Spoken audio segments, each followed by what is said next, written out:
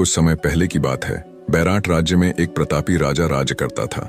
राजा के पास सब कुछ था, परंतु उनके पास कोई संतान नहीं थी, जिसकी वजह से राजा और रानी बहुत दुखी रहते थे। एक बार राज्य में महान संत गोरखनाथ का आगमन हुआ। राजा और रानी ने गोरख टीले पर पहुंचकर उन्हें अपनी दुविधा बताई। गुरु गोरखनाथ ने उन्हें बताया कि यदि वे केदारनाथ जाकर भगवान शिव और मां पार्वती की पूजा करेंगे तो उन्हें संतान सुख की प्राप्ति अवश्य ही होगी। राजा और रानी केदारनाथ के लिए निकल पड़े। वहां पहुंचकर उनकी मुलाकात एक व्यापारी श्याम और उनकी पत्नी रमा से हुई, जो उन्हीं की तरह संतान प्राप्ति की चाह में वहां आए थे। राजा और व्यापारी का दुख समान होने के कारण उन दोनों में मित्रता हो गई। वे दोनों आपस में एक वादा करते हैं कि अगर हमारे बेटा बेटी होंगे तो हम उन दोनों की शादी करवा देंगे। भगवान शिव की कृपा से राजा के घर राजकुमार का जन्म हुआ, जिसका नाम मालूशाही रखा गया, और व्यापारी श्याम के घर राजुला नामक कन्या का जन्म हुआ। पुत्र के जन्म के बाद राजा ने एक ज्योतिषी को बुलाया और बच्चे के भाग्य के बारे में बताने को कहा। ज्योतिषी ने राजा को बताया, राजन, आपका पुत्र बहुरंगी है, इसकी अल्प मृत्यु का योग है। अगर इसे बचाना है तो जन्म के 5वें दिन इसका विवाह किसी नौरंगी कन्या से करना होगा। राजा को अपना किया वादा याद आता है और वे तुरंत यह संदेश व्यापारी श्याम के घर भिजवाते हैं। राजा का प्रस्ताव सुनकर श्याम तैयार हो जाता है और खुशी खुशी अपनी पुत्री राजुल्ला का प्रतीकात्मक विवाह मालूशाही से कर देता है। लेकिन विवाह के कुछ समय बाद ही राजा की मृत्यु हो जाती है और इस अवसर पर कुछ दरबारियों ने दुष्प्रचार करना शुरू कर दिया। वे कहने लगे कि बच्ची ने विवाह के बाद ही ससुर को खा लिया, उसके पैर राज्य में रखते ही अनर्थ हो जाएगा।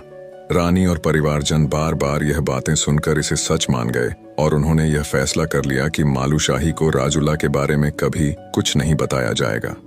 वक्त बीतता रहा, राजुल्ला और मालूशाही जवान हो गए।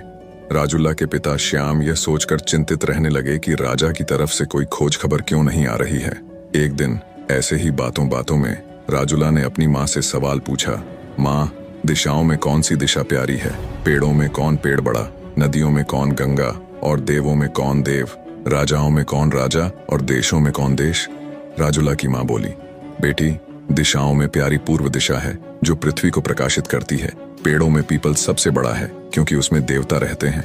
नदियों में सबसे बड़ी भागीरथी है जो सबके पाप धोती है। देवताओं में देवों के देव महादेव जो आशुतोष हैं। राजाओं में राजा रंगीला मालूशाही और देशों में देश बैराट। मालूशाही का नाम सुनकर राजुल्ला मुस्कुराने लगी। उसे ऐसा एहसास हुआ मानो बैराट और मालूशाही से उसका कुछ जन्मों का रिश्ता हो। उसने तुरंत अपनी माँ से कहा, माँ, मेरा ब्याह बैराट में ही करना। राजुल्ला की बात सुनकर उसकी माँ का दिल घबरा जाता है और वह उसकी बात को अनसुना कर देती है। राजुल्ला बहुत ही ज्यादा खूबसूरत थी और दिन प्रतिदिन उसकी खूबसूरती के चर्चे चारों दिशाओं में फैलने लगे। वहीं देश के राजा बखीपाल को भी राजुल्ला की सुंदरता की भनक लग जाती है और वह मंत्रियों के साथ श्याम के घर पहुंच जाता है। वहां वह राजुल्ला की सुंदरता देखकर मंत्रमुग्ध हो जाता है। राजा बखीपाल व्यापारी श्याम से उसका हाथ मांगता है, पर श्याम उसे राजा के साथ हुए वचन के बारे में बताता है। इस पर बखीपाल उन्हें धमकी देता है कि अगर राजुल्ला का विवाह मुझसे नहीं हुआ तो मैं तुम्हारे व्यापार को तहस नहस कर दूंगा। इसी बीच एक रात मालूशाही ने सपने में राजुल्ला को देखा और उस पर मोहित हो गया। सपने में ही उसने राजुल्ला को वचन दिया कि एक दिन मैं तुम्हें ब्याह कर लाऊंगा। ठीक यही सपना राजुल्ला ने भी उसी रात देखा। एक तरफ मालूशाही का वचन और दूसरी तरफ राजा बखीपाल की धमकी। इन सबको देखकर राजुल्ला ने सोचा कि वह खुद बैराट जाएगी और मालूशाही से मिलेगी। उसने अपनी माँ से बैराट जाने का रास्ता पूछा। इस पर उसकी माँ बोली, बेटी, अब तुझे तो बखीपाल के साथ जाना है, तो बैराट के रास्ते से तेरा क्या लेना देना? माँ की बात सुनकर राजुल्ला परेशान हो गई, लेकिन उसे अपने सपने पर पूरा यकीन था। उसे ऐसा लगता था कि मालूशाही से उसका कोई पुराना और गहरा रिश्ता जरूर है। बस इसी एहसास और यकीन के साथ एक रात वह एक हीरे की अंगूठी लेकर चुपचाप बैराट जाने के लिए घर से निकल पड़ी। इधर मालूशाही ने भी अपनी माँ को सपने की सारी बात बताई और राजुल्ला से ब्याह करने की इच्छा जताई। राजुल्ला का नाम सुनकर रानी के पैरों तले जमीन खिसक गई। वह घबरा गई कि जिस नाम को हमने वर्षों मालूशाही से छिपा कर रखा, आखिर वह नाम मालूशाही के सामने आया कैसे। इधर राजुल्ला बैराट पहुंच गई।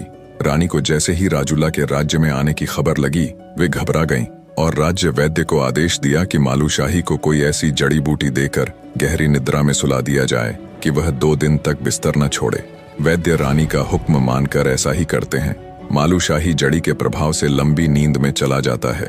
जब राजुल्ला छिपकर मालूशाही के पास पहुंचती है तो वह मालूशाही को जगाने का बहुत प्रयास करती है, पर मालूशाही जड़ी के असर के कारण सोता रहता है। अंत में निराश होकर राजुल्ला ने अपनी हीरे की अंगूठी मालूशाही की उंगली में पहना दी और एक पत्र मालूशाही के सिरहाने रखकर रोते रोते अपने घर वापस चली आई। जड़ी का प्रभाव खत्म होने के बाद जब मालूशाही की नींद खुली तो उसने अपने हाथ में राजुल्ला की पहनाई अंगूठी और पत्र देखा, जिसमें लिखा था, हे मालू, मैं तो तेरे पास अपना वचन निभाने आई थी, लेकिन तू नींद के वश में था। अगर तुझे अपने वचन की जरा सी भी लाज है तो मुझे लेने हिंद देश आना, क्योंकि मेरे पिता अब मेरा ब्याह कहीं और कर रहे हैं। यह पढ़कर राजा मालूशाही टूट गया। उसे जब अपनी माँ की करतूत के बारे में पता चला तो उसे विश्वास नहीं हुआ कि उसकी अपनी माँ ने उसके साथ इतना बड़ा विश्वासघात किया है। पर वह जानता था कि यह समय रोने का नहीं, बल्कि राजुला को दूसरे देश से वापस लाने का है। राजा बखीपाल से मुकाबला करना आसान नहीं था, इसीलिए उसने गुरु गोरखनाथ की शरण में जाने का निश्चय किया। मालूशाही गोरख टीले पर दूनी बैठे गुरु के पास पहुंचकर गुरु गोरखनाथ को प्रणाम किया और उनके आगे हाथ जोड़कर यह विनती की कि वे राजुल्ला से मिलने में उसकी मदद करें। गुरु गोरखनाथ जानते थे कि यह काम इतना आसान नहीं है, तो उन्होंने मालूशाही को बहुत समझाया और बोले, अपने राज्य लौट जाओ और अपना राजपाट संभालो। पर मालूशाही नहीं माना, क्योंकि एक तो वह प्रेम में था, दूसरा वह राजुल्ला को ऐसे अकेले नहीं छोड़ सकता था। गुरु गोरखनाथ भी उसका प्रेम देखकर पिघल गए और उन्होंने उसे भग साड़ी विद्या के साथ साथ तंत्र मंत्र भी सिखाए। शिक्षा लेने के बाद मालू ने अपना सिर मुंडवा लिया और कोयले की राख अपने पूरे शरीर पर मलकर संत का वेश धारण किया और बखीपाल के देश पहुंच गया। घूमते घूमते वह राजा के महल पहुंचा, जहां बहुत चहल पहल थी, क्योंकि बखीपाल राजुल्ला को ब्याह कर अपने राज्य में ला चुका था। मालू ने भिक्षा के लिए आवाज लगाई तो गहनों से लदी राजुल्ला सोने की थाल में भिक्षा लेकर आई। संत के वेश में मालूशाही ने जब अपने सपनों की राजुला को देखा तो देखता ही रह गया और बोला, अरे रानी, तू तो बड़ी भाग्यशाली है, यहाँ कहाँ से आ गई? राजुला संत की ओर अपना हाथ बढ़ाकर बोली, महात्मा, मेरी हाथ की रेखाएं क्या कहती हैं? जोगी ने कहा, मैं बिना नाम गोत्र जाने हाथ नहीं देखता। इस पर राजुला ने बताया, मैं व्यापारी श्याम और उनकी पत्नी रमा की बेटी राजुला हूँ। तब मालूशाही ने प्यार से उसका हाथ अपने हाथ में लिया और कहा, तेरे भाग्य में तो बैराठ का राजा मालूशाही था। यह सुनकर राजुला रोते हुए बोली, हे महात्मा, मेरे माँ बाप ने मुझे बखीपाल से ब्याह कर जानवरों की तरह राजमहल भेज दिया। इस बात को सुनकर मालूशाही ने अपना संत का चोला उतार कर कहा, मैं मालूशाही हूँ, मैंने तुम्हारे लिए ही यह संत का वेश लिया है और तुझे यहाँ से ले जाने आया हूँ। इसके बाद राजुला ने बखीपाल को बताया कि इन संत को विद्याओं का बहुत ज्ञान है, ये हमारे बहुत काम आ सकते हैं। बखीपाल मान तो गया, मगर संत के मुख पर राजा सा तेज देखकर उसे उसके संत होने की आशंका हुई। उसने मालू की जासूसी करवाई, जिससे उसे राजुल्ला के चोरी छिपे संत से मिलने की खबर पता चल गई। उसने मालूशाही को मारने के लिए एक योजना तैयार की। बखीपाल ने मालू को खाने पर बुलाया और उसे जहर से मिली हुई खीर खिलाई, जिससे मालू की मौत हो गई। यह सदमा राजुला बर्दाश्त नहीं कर पाई और बेहोश हो गई। इन सब की सूचना जैसे ही गुरु गोरखनाथ को मिली, वे एक सेना के साथ बखीपाल के देश पहुंचे और अपनी विद्या का प्रयोग करके मालू को पुनर्जीवित कर दिया। इसके बाद मालूशाही ने सैनिकों के साथ साथ राजा बखीपाल को भी मार गिराया और विजय संदेश बैराठ भिजवाया। राज्य को राजुला रानी के स्वागत के लिए सजाया गया। मालूशाही राजुला को लेकर बैराठ पहुंचा, जहां पर उसने धूमधाम के साथ राजुला से शादी रचाई और दोनों हंसी खुशी साथ रहकर प्रजा की सेवा करने लगे। दोस्तों, राजुला और मालूशाही की यह दास्तान उत्तराखंड के इतिहास की सर्वाधिक लोकप्रिय अमर प्रेम कहानी है, जिसमें एक राजा एक सामान्य शौगा कन्या के लिए अपना राज्यपाट त्याग कर दर दर भटक कर उसे ब्याह लाता है। आपको यह लोक कथा कैसी लगी? कमेंट में जरूर बताना और वीडियो को शेयर जरूर करें।